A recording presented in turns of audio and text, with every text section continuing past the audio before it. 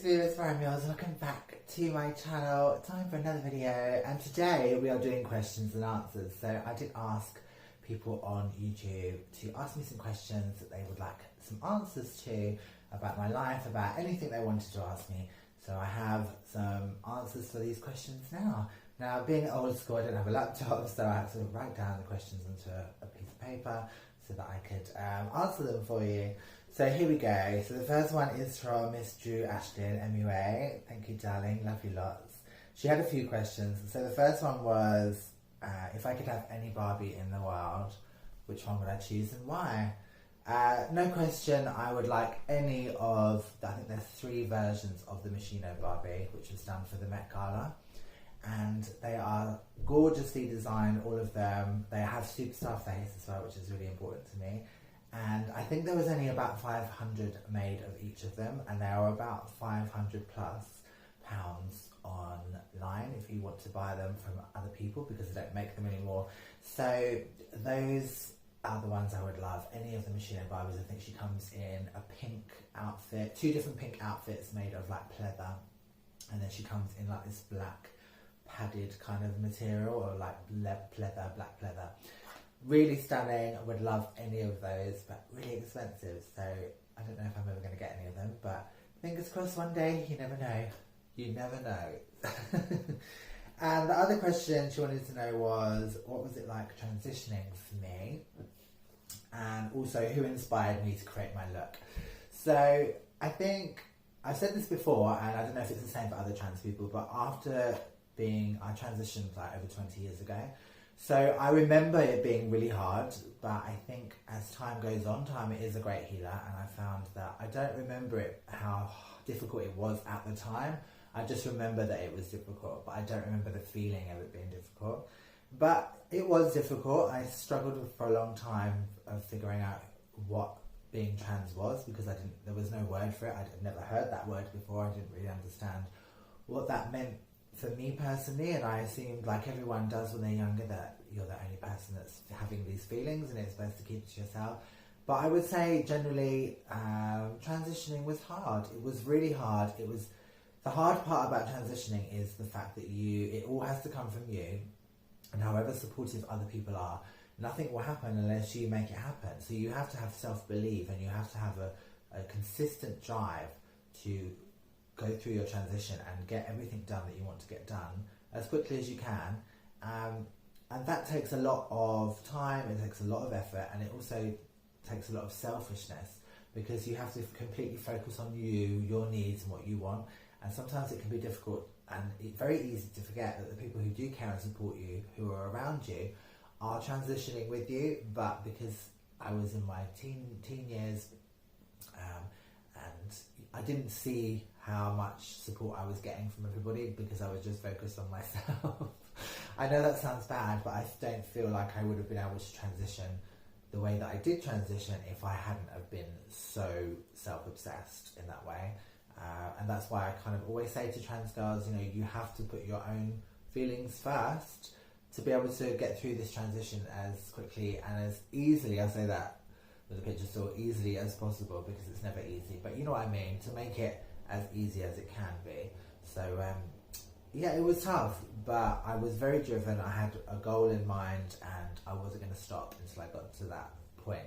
So when I look back, I don't know how I did it, but at the time I was so driven that I didn't care how difficult it was. I was going to make it work for me no matter what, and that's what I did, and I'm very proud of that. It's my biggest achievement in my life, and I'm always going to be proud of it. So yes, it's really difficult, but if you really want something, then you work hard for it, then you can get it. As far as my look, when I was younger, I was just obsessed with passing as a genetic woman. That's all I kind of cared about, or even knew about. I didn't really, I learned fashion as I got older. I didn't really have a great sense of style. To me, wearing a t-shirt and jeans was looking nice. I didn't really have a big interest in fashion. When I was younger, I didn't really know who I wanted to look like, and I found a picture of Alana Starr very early on in my transition, and I didn't want to look like her, but I aspired to be like her and her her aesthetic of glamour, Hollywood glamour and class, and just always being presentable and classy and well spoken whenever you're in public. And then over the years, I was lucky enough to meet her and then actually become very close friends with her. And we spent a long period of time in London together, where she taught me so much about fashion and about how to hold myself and how to always be a lady and all of that kind of stuff. So Alana will always be my trans icon and my mentor and the person that I've always looked up to, and I'm also very grateful for her friendship. So I hope that answers your questions, Drew.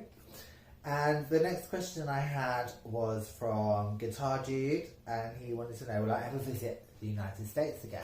Now, I have been to America about 6 times. I think a lot of those times were when I was a child with my family. We went to Disney World. I have been to New York when I was doing a film signing for when I used to work in the adult industry. That was amazing. I haven't been back to America since 2008. I think I'm not a big traveller anyway, and I don't think I have any need to go back to America unless there was like some big change for me as far as work was concerned, and I had some work out there and I was being paid to go there or something. But unfortunately, I'm sorry, I don't think I'll be visiting America again unless something drastically changes. Sorry. Okay, so the next question was from Mary Top. Thank you for your question. And she wanted to know, what type of guys am I attracted to? Now, let me just say that I am attracted to men of all races. Where somebody comes from does not matter to me whatsoever. It's more about, do I find this person attractive or not? And it's very difficult for me to explain what kind of guys I find attractive, because it's literally just, if I see someone that is attractive, then I'm attracted to them. I'm 6 foot, so of course, if you're asking me what is my very perfect type of guy, then I would choose someone who is a lot taller than me. So kind of basketball height would be perfect. Someone that I can go on my tiptoes to kiss them. That for me would be great, because as a woman, I always want to feel small and feminine, and being 6 foot, I've learned to be fine with that height, but you still want to feel small and petite and looked after. I do anyway. So a guy who was a lot taller than me would be great. But I've dated guys who are shorter, so it doesn't matter. But if you're asking me to be very specific, then yes, someone who is a lot taller than me, someone in good shape, but they don't have to be ripped, they just have to be healthy.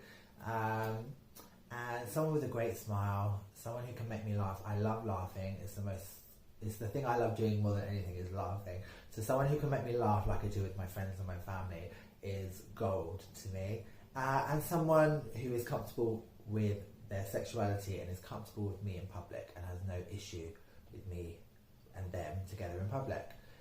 Also, somebody who really knows what they want and who can be honest with me. I think those are the traits that I look for in a guy.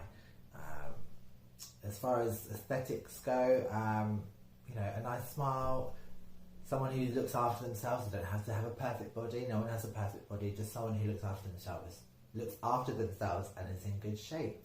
That does not mean ripped. It just means in good shape. Healthy. I hope that's answered your question. What was the next question? The next question was from Life in Plastic. Hi, darling. Thank you for your question and your compliment. You asked me if I could only keep one of my Barbies from my current collection. Which one would it be? I had to think about this because there are so many in my collection that I really love. But when I thought about it properly, there was kind of no competition really. If I could only keep one of them, it would be Holiday Barbie 1992. I think she is my complete favourite Barbie. She was the one that I was after for the longest time when I first started collecting Barbies, and I think every time I look at her, she still wows me. I just think there's something so over the top about that and just so Barbie that I will never get bored of looking at her. I think she's my favourite. I think she'll always be my favourite. I have loads of favourites, but I think she will always be number one. And how many more questions we got? Next question from John Barry. Wanted to know, do I have any more surgeries planned? I think, I always say I'm going to do my nose again, but I never have, for the 3rd time. I don't hate my nose, and I think I kind of like how everything looks on me now, and I think when I was younger, there was a big real need to change certain things that I was very unhappy with. And I think I'm really quite happy with the way things look now, for me personally. So if I did do my nose again, it would be very, like, being very nitpicky. But I think my nose maybe would be the only thing that I'd really want to do again. Aside from that, I'll always keep up with Botox and fillers and things like that, just to make sure that I look good for my age. But I think I got to a point where I really like the way my face looks, and I'm scared to redo my nose again in case it ends up in changing my face in a way that I don't like it. And of course, once you take off, you can't put back on. So I think sometimes it's a good idea to be able to look back at yourself properly and make a decision that is the right decision for you, as opposed to what you want to do just because you could. I found when I was younger, I don't regret any of the surgeries I've had, and all of the surgeries that I had because I needed to have them. They were important to me. But I think there were certain things that I could have had done when I was younger that I didn't really need to do, but because I was so driven to get certain things done, I think it's very easy to go over the top and fall into a situation of having things that aren't really necessary, but you just want to have them. And I think now that I think about surgery in a clearer way, yes, there's lots of things that I would love to have done, but I'd be doing them just for the sake of it because I want to do them. Would they benefit me and how I look, and would they improve me passing more? I don't think so. So I think that's why I've not done them, because I'm a very driven person. If I want to do something and it's important, then I'll do it. And the fact that I still have not got around to redoing my nose says to me that it's not really that important to me. So I'm listening to myself, and I'm just going to go with that. So no more surgeries planned apart from just general upkeep. But of course, if I do change my mind, then I will keep you posted. And last question was from Crazy Richard. Thank you for your question. And you wanted me to tell you what was the most intimate part of a relationship for me. I suppose I've only ever been in one relationship, and that lasted 13 years, so it was a long time. And apart from a few kind of 1 month or two sort of relationships that I've had here and there, which I don't really count as proper relationships, I've only had the one to go by for any experience and knowledge.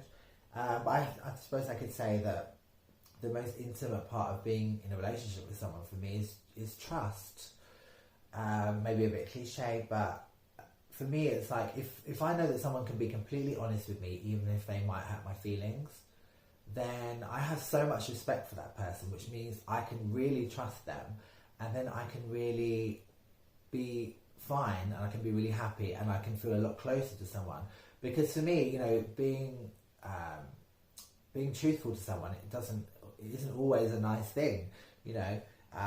But I think some people are scared to tell people the truth about certain things because they're worried about how it will make them feel, as opposed to being honest. And there's nothing worse than pity. And for me, if someone can't tell me the truth about something and they're not honest about something, I feel like they're pitying me.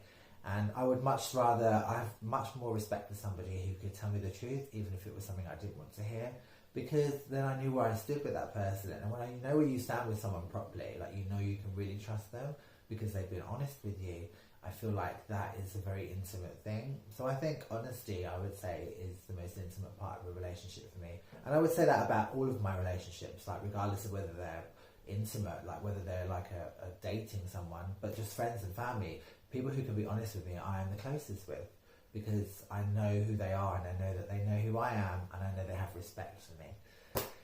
That's all the questions I have for today. I hope you enjoyed that. I know this video is quite long, but I haven't done a question and answer for a really long time, so I thought it was about time.